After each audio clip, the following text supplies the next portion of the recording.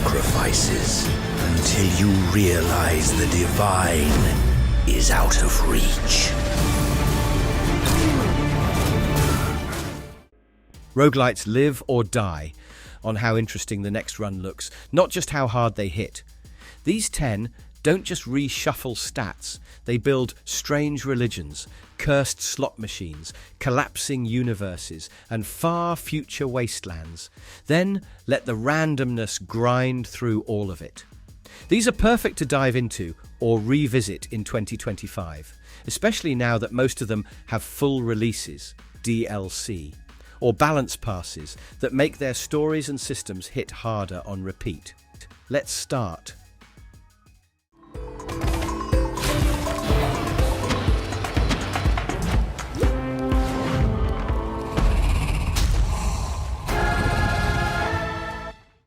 UnderMine.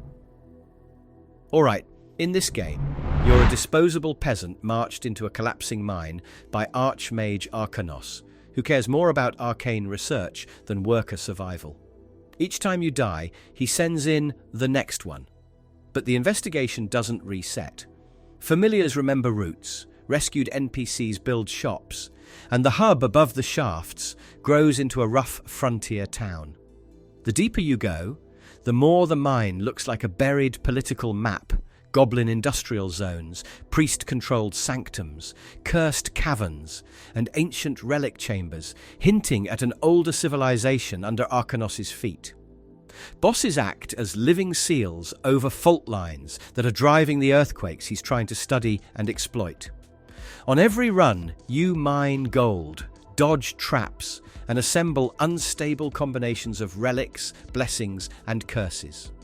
Gold feeds permanent upgrades. Relic synergies define each peasant's short life, and curses twist basic rules. The roguelite structure turns the story into a relay. A line of nameless workers pushing one long investigation forward, one corpse at a time. Can a man kill a god?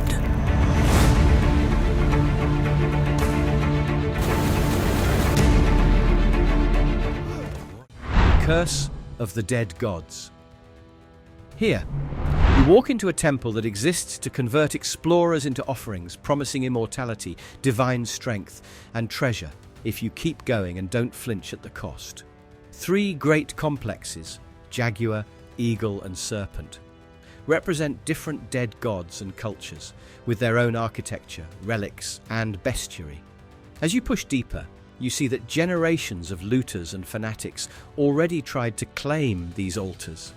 Their bones and discarded weapons lie under fresher corpses like sediment. The temple system calculates your greed directly.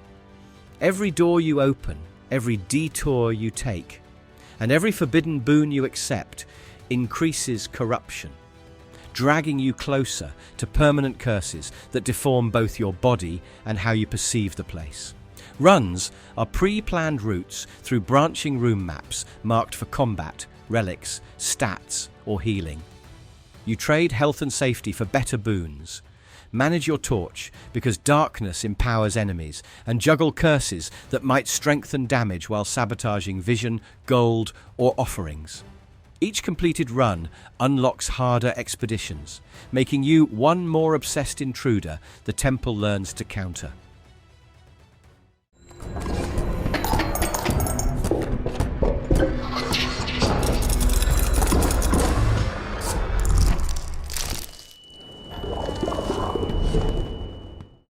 Inscryption. Think of it like this. You wake up at a table in a locked cabin, forced to play a card game for your life with a host whose face never steps fully into the light. The first act is a road trip across a paper map where a hunter, a miner, and a fisherman appear as bosses in a story your captor has replayed for years, changing details but never the outcome.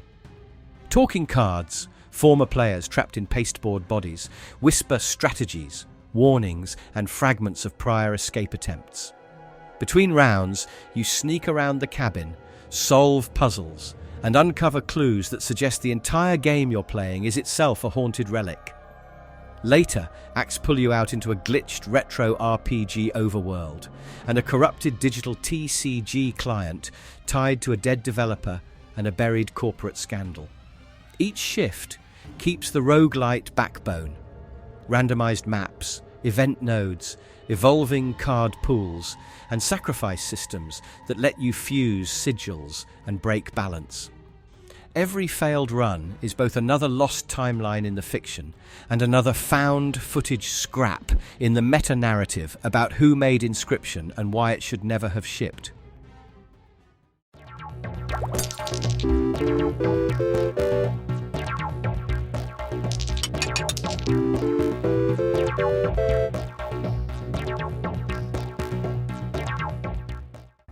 Luck be a landlord.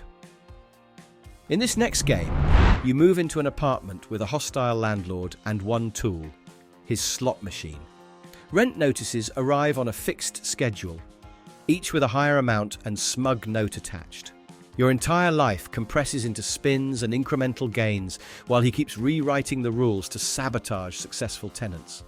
Beating all 12 rent cycles isn't just survival, it's defeating his rule set, which unlocks new modifiers where he tightens restrictions and forces even stranger symbol interactions. Each run plays out like a roguelite deck builder disguised as a slot. After every spin, you choose a new symbol: cats, cultists, thieves, tax evaders, rare entities that slot into the machine's grid. Synergies emerge from how ordinary icons combine with rare artifacts and late-game weirdness. Cults feeding demons, suits enabling high-risk combos, Landlord's own mechanics turned against him. The story of each attempt is a compressed class struggle where your improvised economy either outpaces compounded rent or collapses under one bad streak and a cynical letter slid under the door.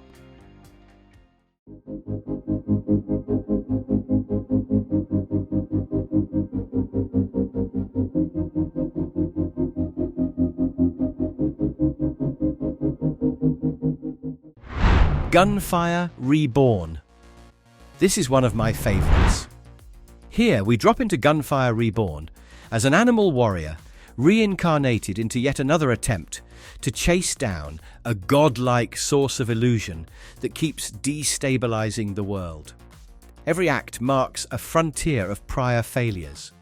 Desert bandit strongholds built over shattered monuments, frozen valleys littered with the wreckage of lost expeditions, underwater ruins of an empire that tried the same hunt, and floating palaces where the original guardians went feral.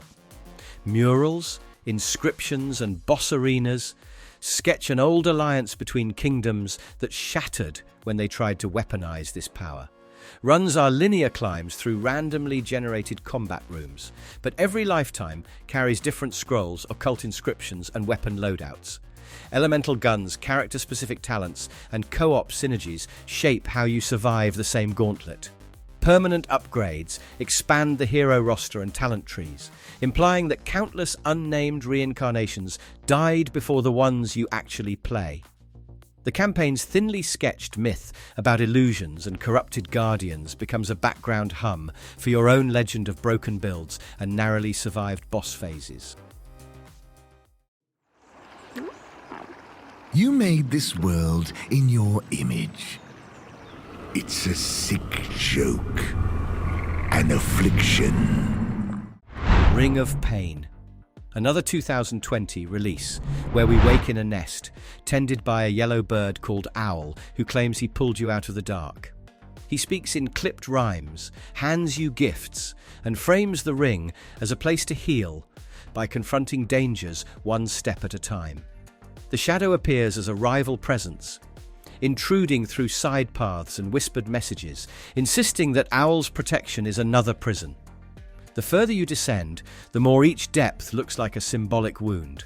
Rot, frostbite, parasitic growths, and twisted fauna mirroring fear, decay, and self-destruction.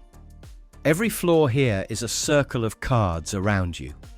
Moving left or right chooses enemies, friends, loot, exits, or traps. while the ring constantly reorders itself based on your decisions. Items, curses, and stat adjustments accumulate into precarious builds that can pivot from stable to doomed in a single misstep. The endings, whether you embrace the shadow, turn on owl, or find a fragile balance, depend on choices repeated across many runs, making the true story feel like an emergent average of your worst and best descents.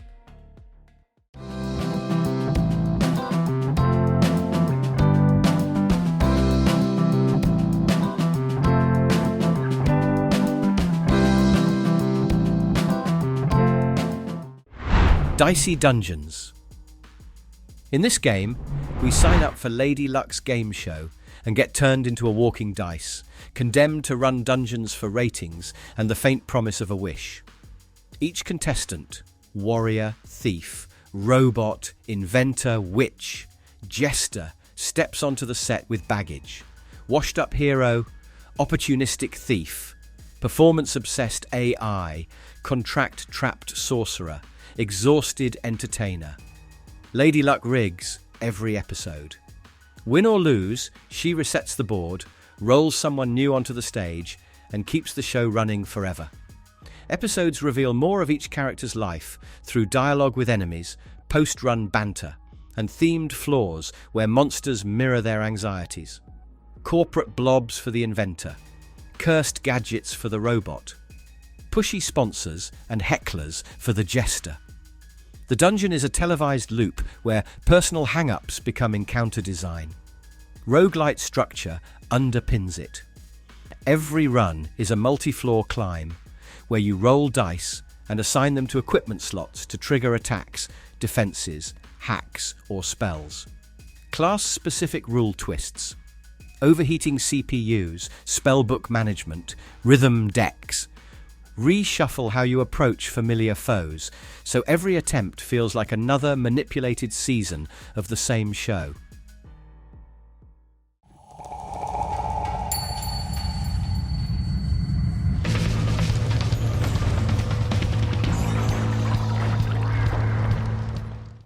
Noita. You arrive as a solitary witch at the peak of a holy mountain, with nothing but a starter wand and a world built from fully simulated pixels under your boots. The descent takes you through coal mines soaked in oil, fungal caverns filled with spore clouds, frozen temples, bio-laboratories, and cursed shrines dedicated to a three-eyed deity. Statues, broken experiments, and abandoned machinery imply that an advanced culture tried to script reality itself through spell logic and alchemy, only to erase its own safety systems. Hidden orbs, parallel worlds, and secret rituals reveal layers of consequence. Universe resets, altered laws of physics, and endings that feel more like catastrophic research results than clean victory. Every deep run uncovers another hint that you're repeating an old mistake with slightly different parameters. Gameplay turns that history into a hazard field. Liquids mix, gases ignite, and granular terrain collapses based on simulated physics. You edit wands by rewiring spell sequences, creating weapons that can chain miracles or instantly vaporize you. Each attempt becomes the story of one reckless experimenter, trying to interpret an unreadable thesis by poking holes in it until the sky literally falls.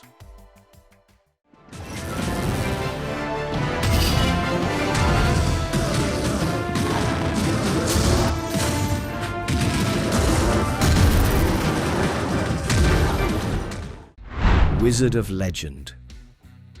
Here we tour the Lenovo Museum, walk through exhibits about the legendary Chaos Trials, and touch the insignia of legend, only to be pulled into the actual tournament those displays were commemorating. Suddenly, you're the newest competitor in a long line of mages tested by the Council: Atlas, Freya, Zeal, and their peers. The trials themselves are the story, retold every run. Elemental districts built to examine how a wizard responds to shifting hazards, not just whether they can survive. The areas reflects its archmage. Earth arenas full of crumbling platforms and stone constructs. Ice districts organised around slippery control. Fire zones designed to punish immobility. Wind sections built around displacement and crowd control. Short scenes and flavour text frame the council as less villainous than clinical, studying your improvisation as much as your strength. We have to sprint through procedurally arranged rooms, chaining arcana spells into loadouts tuned to your style. Rushdown melee, ranged zoning, mobility-heavy combos.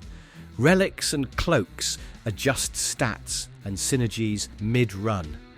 The roguelite loop turns Lenovo's official history into something personal, a record of which chaotic spell assemblies finally earned that Wizard of Legend title.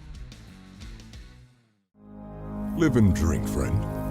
Come, hide from the high salt sun. By trade, I am a stone. Caves of Kud. Last but not least, we enter Kud either as a true kin noble, carrying old-world implants, or as a mutant whose body is already mutating into something new. The surface is a patchwork of ruined chrome arcologies, salt marshes, fungal forests and irradiated jungles, all sitting on strata of older civilizations. Your early path runs through villages like Joppa and the Stilt Grounds, where water merchants, religious zealots, and cybernetic tinkers trade rumours about the Barathramites, the Eaters, and the Tomb of Forgotten Rulers. Procedurally generated histories fill the world with 5 ancient sultans, whose reigns change with each save file. Their wars, decrees, and betrayals are recorded in books, murals, and relic inscriptions, and those shifting myths drive present-day politics. Certain factions revere a sultan as a saint in one world and curse them as a butcher in another. Kud 1.0's main quest carries you from local drought problems through subterranean ruins into the domains of the Eaters and beyond, tying ecology collapse, religious schisms, and machine cultures into one long arc.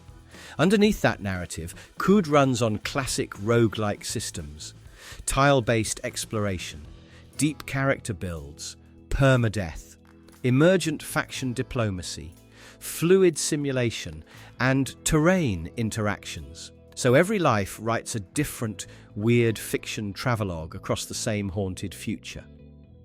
Roguelites work best when death isn't just a reset button, but part of the fiction. These 10 fold their randomness into doomed expeditions, rigged economies, cursed game shows, and millennia-old histories, so every run answers a slightly different version of the same questions. In 2025, with patches, ports, and full releases locked in, they're all in prime shape to pick up, tear apart, and replay until the world finally gives up a new story.